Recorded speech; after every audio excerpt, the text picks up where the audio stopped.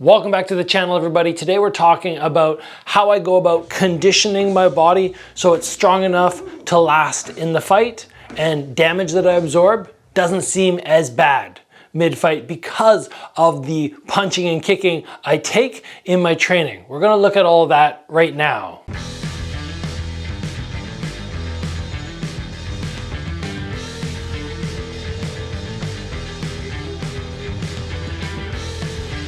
So the title of this video sums up everything pretty well. My thought process: tough is not enough, but it sure helps. What exactly does that mean, if you're wondering?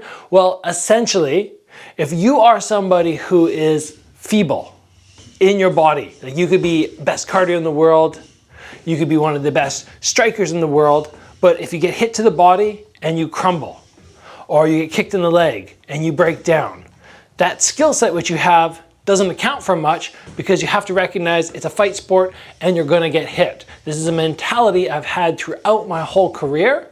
And basically I went, if I am tough enough to absorb body impact and leg impact, then all I have to worry about is blocking my head. If I don't get hit to the head, then I know I'll be able to make it through the fight. Then skill set comes into play. Who's the better fighter in terms of being able to land shots?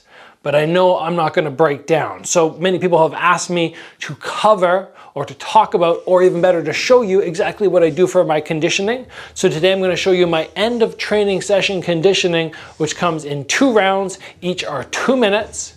I want you guys to keep in mind that I am not absorbing low kicks right now. Why?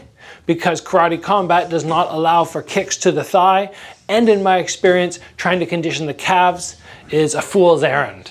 Last time I did it, and it brought more negative effects than it did positive effects. So you will not see any shots below the waist. This is all body conditioning and conditioning the arms, because remember, sometimes when we block a shot or we don't properly block a shot, we end up getting smashed in the bicep, tricep, forearm. So occasionally I will just drop my arms and I'll let somebody blast me right in the arms, just so I'm getting used to that bruising in that area. Now, I want to talk to you about why I go about doing this and how long it takes in terms of progression till you can really sit in front of your partner and let them bang away on you. First thing I want you to note, at the beginning, I want to say, of this training camp, I went, every time I get hit to the body in sparring, I feel like it hurts. Not to the point where I'm going, I'm gonna drop or anything, but just to the point where I went, if there was another 20-30% on that shot, it might really wind me. So I started doing my sit-ups. Sit-ups every day, going through my normal routine, about 100 to 120 ab exercises. And I went, okay, the stomach's looking ripped, 6-pack is there, but I'm still taking shots and not liking it. So I started adding the body conditioning about a month ago, and I was going, when the guys throw about 60-70%, it's really not feeling good. Today, in the session which you are watching, is the first time where I sat there and I went, yeah, this doesn't hurt.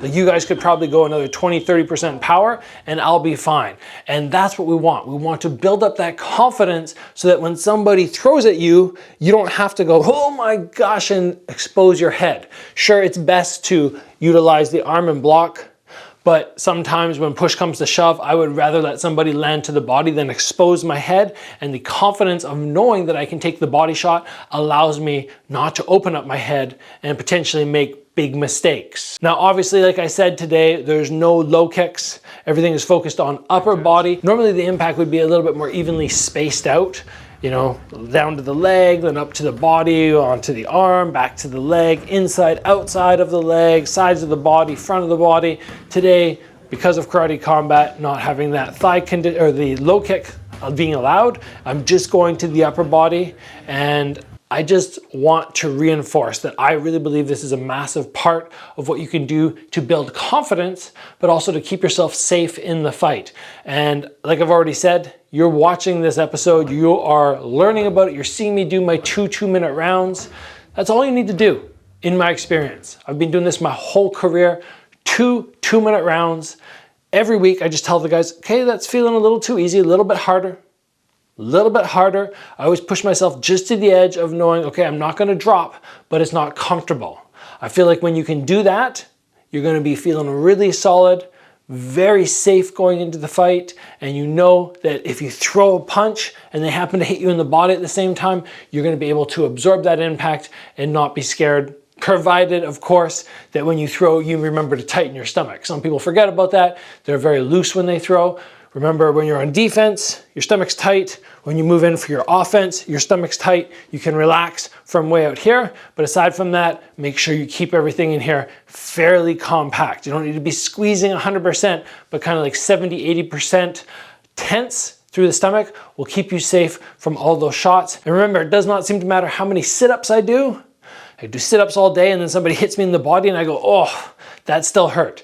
Do your sit-ups, do the conditioning, have somebody punch you in the body, hit yourself occasionally with your forearms, your palms, and just put yourself through that ability to absorb impact, know when to breathe out, know when to tense. All of that will help so much.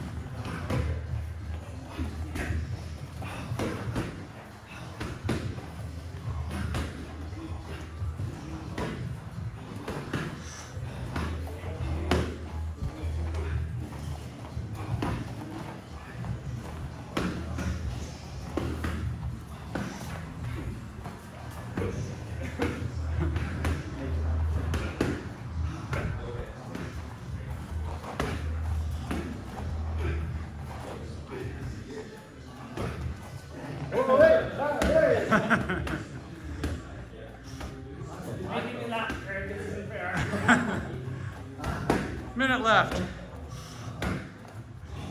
Oh.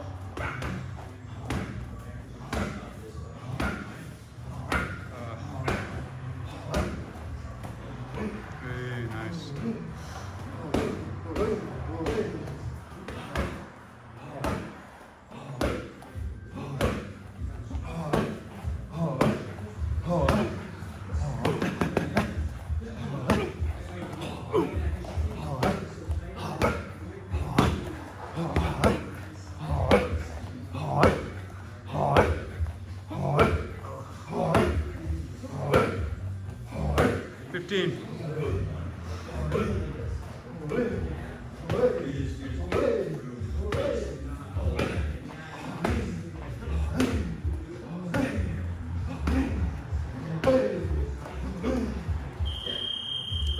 So I hope everybody enjoyed getting to see me take this body conditioning and helps you understand a little bit more what you might want to add into your own training.